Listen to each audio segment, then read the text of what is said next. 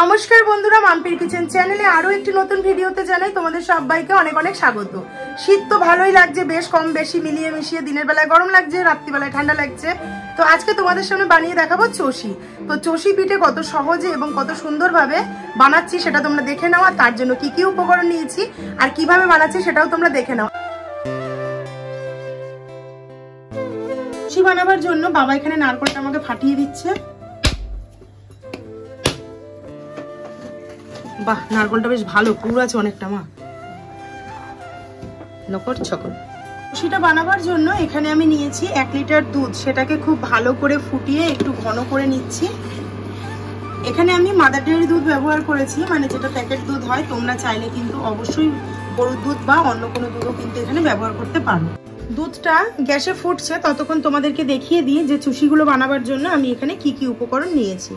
লাগছে এখানে পাটালি গুড়, এখানে আমি যতটা পরিমাণ লাগবে অবশ্যই রান্নার সময় তোমাদেরকে মাপটা বলে দেবো। আর এখানে লাগছে দেখো চালের গুঁড়ো, লাগবে নারকেল। এখানে আমি একটা গোটা নারকেল কেটে নিয়েছি, কিন্তু এতটা লাগবে না, যতটা লাগবে সেটাও পরিমাপটা বলে দেবো পিঠেটা বানাবার সময়।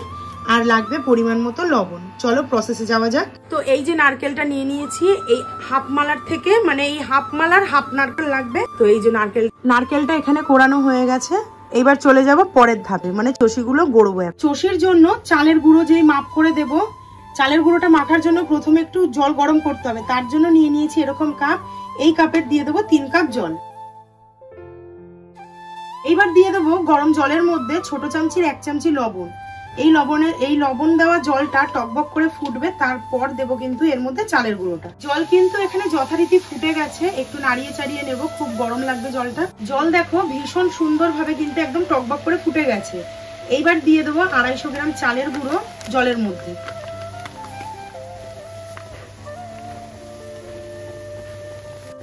এইভাবে খুন্তি ঘুরিয়ে ঘুরিয়ে গরম ফুটন্ত জলের মধ্যে চালের আটাটা বানিয়ে নেব। যেহেতু চালের গুঁড়োটা আর জলটা একসাথে মিশে একটু ঝুরঝুরে ভাব হয়ে গেছে, সেই কারণে কিন্তু খুন্তির সাহায্যে খুব ভালো করে এদিক ওদিক করে ঘুরিয়ে নিয়ে একটু ঠান্ডা হলে তারপরে হাতের সাহায্যে আটার মতো করে মেখে নিতে হবে। এই চষি যেমনই সহজ তেমনই ঝটপট হয়ে যায়। একদম তোমাদেরকে দেখাচ্ছি একদমই সহজ পদ্ধতিতে। যারা কোনোদিন পিঠে বানাওনি তারা পর্যন্ত কিন্তু এই চষি পিঠে বানাতে পারবে। এবার চালের গুঁড়োটাকে একটা থালায় ঢেলে নিয়েছি। এবার হাত একদম পরিষ্কার করে ধুয়ে চলে এসেছি। যেহেতু ভীষণ গরম, ওই জন্য একটু শোয়ে শোয়ে আর ফু দিয়ে দিয়ে চালের গুঁড়োটাকে কিন্তু আটা মাখার মতো দলা করে মেখে নিতে হবে। এই সময়টা খুব সাবধানে মাখতে হবে, প্রচন্ড গরম।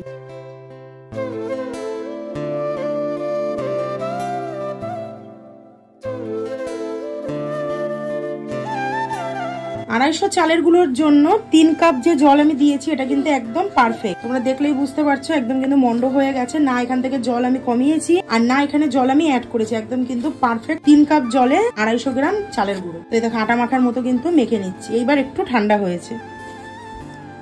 এখানে চালের যে আটাটা সেটা সম্পূর্ণভাবে মাখা হয়ে গেছে। এখানে তোমরা দেখো একটা ভেজা কাপড় দিয়ে, একদম সুতির ভেজা কাপড় দিয়ে চালের গুঁড়োটাকে কিন্তু আমি ঢাকা দিয়ে রেখে দিয়েছি 10 মিনিট মতো। এরপরে করে নেব চষিগুলো। তার আগে একটা থালার মধ্যে ঢেলে নেব বেশ কিছুটা চালের গুঁড়ো, যাতে একটার সাথে একটা না লেগে যায়। একদম অল্প পরিমাণে জাস্ট একটু ছড়িয়ে নিলাম। এইবার আমরা চষিগুলো এক এক করে বানাবো। আর আজকে কিন্তু আমার সাথে আমার মাও বসেছে চষিগুলো বানাবার জন্য। মেখে রাখা চালের আটার থেকে এবার অল্প অল্প করে হাতে নিয়ে নেব, নিয়ে এরকম লম্বা করে, দেখো আমার মাই দেখাচ্ছে, এই যে এরকম করে, হ্যাঁ এরকম লম্বা লম্বা হবে। আর এইভাবে চালের আটার মধ্যে দিয়ে দিতে হবে, শুকনো যেটা গুঁড়ো চালের আটা রয়েছে সেটা। বানানো কিন্তু খুবই সহজ। আর চুষি কাটার সময় মনে করে নিতে হবে যে অল্প অল্প করে এরকম ডো হাতে নিয়ে চুষিগুলো বানাবো। আর বাদ বাকি যতটা ডো থাকবে সেটা কিন্তু ভেজা কাপড় দিয়ে ঢাকা দিয়ে রাখতে হবে, নয়তো কিন্তু চালের গুঁড়োটা খড়খড়ে হয়ে যাবে, চষিগুলো কিন্তু আর গড়বে না বা গড়তে কিন্তু প্রচন্ড পরিমাণে অসুবিধা হবে। একদম কিন্তু এরকম পারফেক্ট মাপ হবে। কত সুন্দর লাগছে দেখতে, একদম ইনস্ট্যান্ট বানানো যায় আর ভীষণই সহজ কিন্তু এই চষি বানানো। দুটো সাইড সরু, মাঝখানটা ট্যাপা, ওই জন্য এর নাম চষি। এই শীতের দুপুরে খেয়ে দিয়ে উঠেছি, যে যার মতো শুতে চলে গেছে। আমি এবং আমার মা দুজনে মিলে চষিগুলো কেটে নিয়েছি। পিঠে বানানোর মধ্যে কিন্তু আলাদা রকম একটা মজা আছে। এই সময় আমরা বসে বসে দিদার গল্প করছিলাম, আমার দিদা কিভাবে পিঠে বানাতো, মার থেকে আমার শেখা, আর আমার মায়ের আবার আমার দিদার থেকে শেখা। তো 3 পিঁড়ি ধরে যুগ যুগ ধরে কিন্তু সেম প্রসেসে এই রকম পিঠে কিন্তু তৈরি হয়ে আসছে। তো সেই পিঠে তোমাদের সামনে তুলে ধরতে পেরে কিন্তু আমি নিজের কাছে খুব আপ্লুত বা আনন্দিত, যেটাই বলো না কেন। এই চষি বানাতে খুবই সহজ, জাস্ট এই কাটতে যেটুকু টাইম লাগে। ভেজা কাপড় দিয়ে চষির মন্ডটাকে ঢেকে রাখলে সুন্দরভাবে কিন্তু নরমই থাকে একদম। কিন্তু এখানে আমাদের নাই করে 20 থেকে 25 মিনিট লেগেছে সমস্ত চষিগুলোকে কেটে নিতে।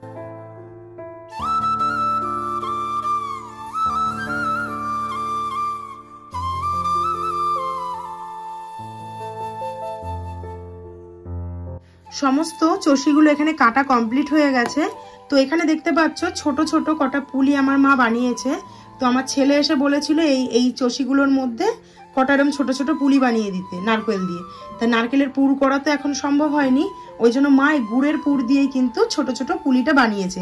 এটা কোনো রেসিপি নয়, জাস্ট নাতির কথা রাখতে আমার মা কিন্তু এই চষিটা বানিয়েছে। এবার চলো দুধটাকে ফুটিয়ে নিই। গামলাতে 1 লিটার দুধকে খুব ভালো করে জাল করে নিয়ে এবার আমি নিয়ে নিয়েছি একটা কড়াইয়ের মধ্যে। এবার দুধটাকে খুব ভালো করে ফুটিয়ে নেব। দুধটাকে এইভাবে ফুটিয়ে ফুটিয়ে একদম ঘন করে জাল দিয়ে নিতে হবে। হাই ফ্লেমে 2 মিনিট মতো দুধটাকে ফুটিয়ে নিয়েছি। ঠিক এই ঘনত্বের মধ্যে দিয়ে দেব উপর থেকে কেটে রাখা চষিগুলো। আমার রেসিপি দেখে যদি এই চষি পিঠের রেসিপি তোমরা বাড়িতে বানাও, অবশ্যই কিন্তু কমেন্ট করতে ভুলো না যে তোমাদের রেসিপিটা কেমন লাগলো। এক এক করে কিন্তু ছোট ছোট পুলিগুলোও দিয়ে দিলাম। এবার ফুটিয়ে নিতে হবে যতক্ষণ না এই চষিগুলো সেদ্ধ হচ্ছে। মাঝে মধ্যেই কিন্তু এইভাবে একটু নাড়াচাড়া করে দিতে হবে, যেহেতু দুধটা একটু ঘন আছে, নালে কিন্তু তলা ধরে যেতে পারে। চষিগুলো দিয়ে এইভাবে কিন্তু টকবক করে ফুটিয়ে নিতে হবে, তবেই চষিগুলো সেদ্ধ হয়ে যাবে। চষিগুলোর সাথে যেহেতু চালের গুঁড়ো দেওয়া ছিল, চালের গুঁড়ো কিন্তু আমি ছেঁকে তুলে রেখেছি। দুধটা কিন্তু আরো ঘন হয়ে আসছে। দুধটা ফুটে দেখো অনেকটা ঘন হয়ে গেছে। এরপর দিয়ে দেবো এখানে 250 গ্রাম গুড়। আমি এখানে পাটালি গুড় ব্যবহার করলাম। গুড়টা গলতে যতটুকু টাইম, ততটুকু টাইমেই কিন্তু সমস্ত চষিগুলো এখানে সেদ্ধ হয়ে যাবে।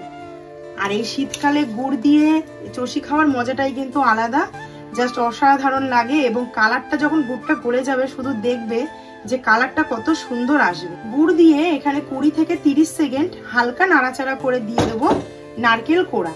যে নারকেলটা কুড়িয়ে রেখেছি সেটা দিয়ে দিলাম। এই চষির সাথে যখন ঘন হয়ে যাবে, নারকেল কোড়াটা মুখে পড়লে কিন্তু জাস্ট অসাধারণ লাগবে। মুখের মধ্যে একটা আলাদা রকমই কিন্তু শান্তি আসবে।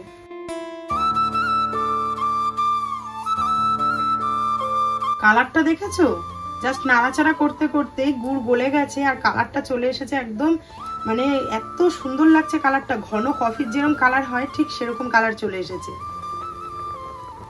তো এইবার আমার চষিটাকে আর 10 মিনিট মতো একটু ফুটিয়ে নেব মিডিয়াম ফ্লেমে। তো চষিটা এখানে আমার রেডি হয়ে গেছে। চষিটা বানাতে মানে হাতে গড়তে যতটুকু টাইম দুধের মধ্যে দিয়ে কিন্তু আর বেশিক্ষণ লাগে না, জাস্ট 10 থেকে 12 মিনিটের মধ্যেই কিন্তু রেডি হয়ে যায় এই গরম গরম চষি। তো চষি এবং পুলি দুটোই এখানে রেডি হয়ে গেছে। এবার আমি তোমাদেরকে একটু সার্ভ করে দেখাবো। এখানে একটা সার্ভিং বোল নিয়েছি আর তাতে সার্ভ করে দিচ্ছি গরম গরম চষি এবং গুড় দিয়ে বানানো নাতির আবদারে মা বানিয়েছে গুড়ের পুলি। তো দেখেই মনে হচ্ছে কতটা টেস্টি হয়েছে, আশা করছি তোমরা দেখে বুঝতে পারছো। তো ফুল ভিডিওটা দেখার জন্য কিন্তু অসংখ্য ধন্যবাদ এবং ভালোবাসা। অবশ্যই আমার রেসিপি দেখে একবার ট্রাই করো, আশা করছি ভীষণই ভালো লাগবে। আর এগুলো গরম গরম খেতেও যেরকম ভালো লাগে, ঠান্ডা খেতেও কিন্তু সেরকমই ভালো লাগে। যাই বলো না কেন, পিঠে কিন্তু বাসিটা খেতে বেশি ভালো লাগে। আজকের ভিডিওটা যদি তোমাদের ভালো লেগে থাকে, অবশ্যই একটি করে লাইক কমেন্ট শেয়ার করে দিও। চ্যানেলটিকে সাবস্ক্রাইব করে নিও, পাশে থাকা বেল আইকন প্রেস করে দিও, যাতে আমি কোনো ভিডিও ছাড়লে সবার প্রথম নোটিফিকেশন তোমাদের কাছে পৌঁছে যায়। তো আজকের মতো ভিডিওটা এখানেই শেষ করছি। সবাই সুস্থ থেকো, ভালো থেকো। দেখা হচ্ছে খুব শিগগিরই নতুন একটি ভিডিওর সাথে।